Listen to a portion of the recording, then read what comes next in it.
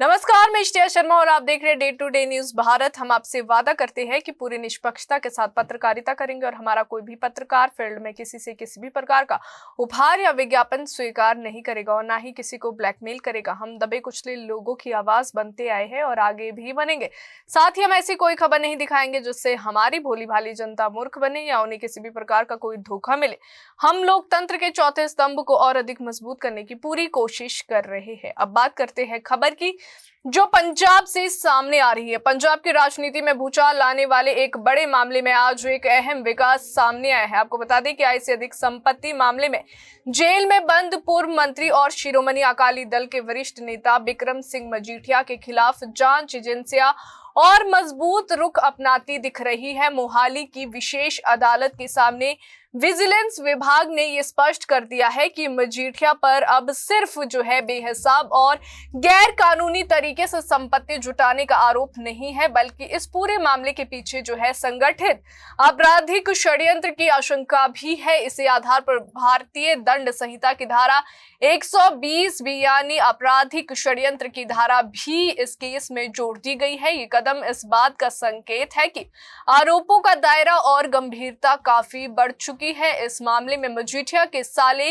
गजपत सिंह गरेवाल पहले ही नामजद थे और उसके खिलाफ 29 नवंबर तक का गिरफ्तारी वारंट जारी किया जा चुका है। विजिलेंस का दावा है कि इस मामले में कई वित्तीय लेन देन, कंपनियों की भूमिका और संदिग्ध संपत्तियों की पूरी श्रृंखला उसकी परतें अभी खुलनी बाकी है और अदालत के सामने इन सबूतों को जल्द प्रस्तुत किया जाएगा। पंजाब सरकार पहले ही कैबिनेट की बैठक में इस मुकदमे को आगे बढ़ाने की मंजूरी दे चुकी है और अब कानूनी स्तर पर भी तेजी से कार्रवाई होती दिख रही है। अभी तक इस मामले में आरोप तय नहीं हुए हैं, लेकिन उम्मीद है कि 10 दिसंबर की सुनवाई बेहद महत्वपूर्ण होगी।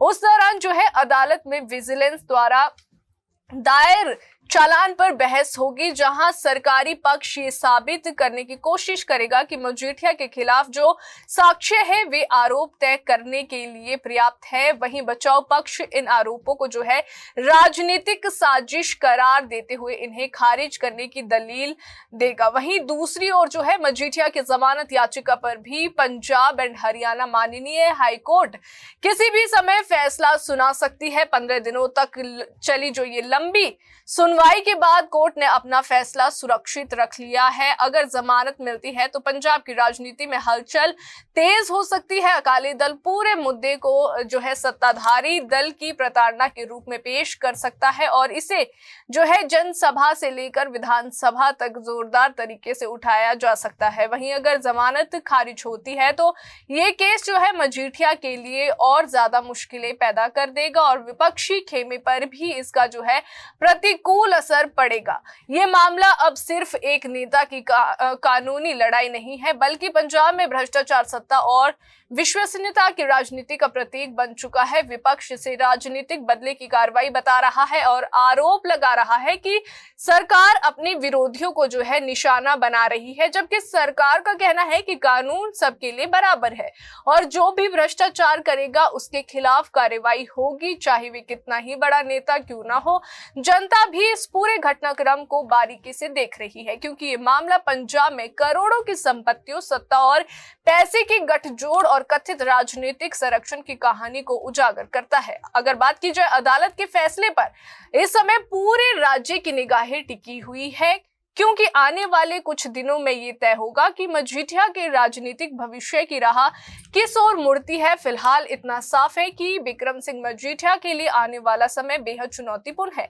आरोपों के घेरे और कसते जा रहे हैं। विजिलेंस अपनी जांच के हर पहलू को मजबूत करने में जुटी हुई है और अदालत की हर तारीख पंजाब की राजनीति की दिशा तय करने वाली साबित हो रही है। आने वाले दिन न केवल मजीठिया की कानूनी लड़ाई, बल्कि राजनीति में उनके प्रभाव और विश्वसनीयता को भी कठोर परीक्षा के दौर से गुजारने वाला है और यही कारण है कि इस केस को पंजाब की वर्तमान राजनीति का सबसे हाई प्रोफाइल और चर्चित मामला माना जा रहा है। तो हम आपको लगातार बता रहे हैं कि जो ये मामला है ये आने वाले दिनों में मजीठिया के लिए काफी कठोर रहने वाला है। कठोर परीक्षा के दौर से वे गुजरेंगे और यही कारण है कि इस केस को जो है पंजाब की वर्तमान राजनीति का सबसे हाई प्रोफाइल और चर्चित मामला भी कहा जा सकता है।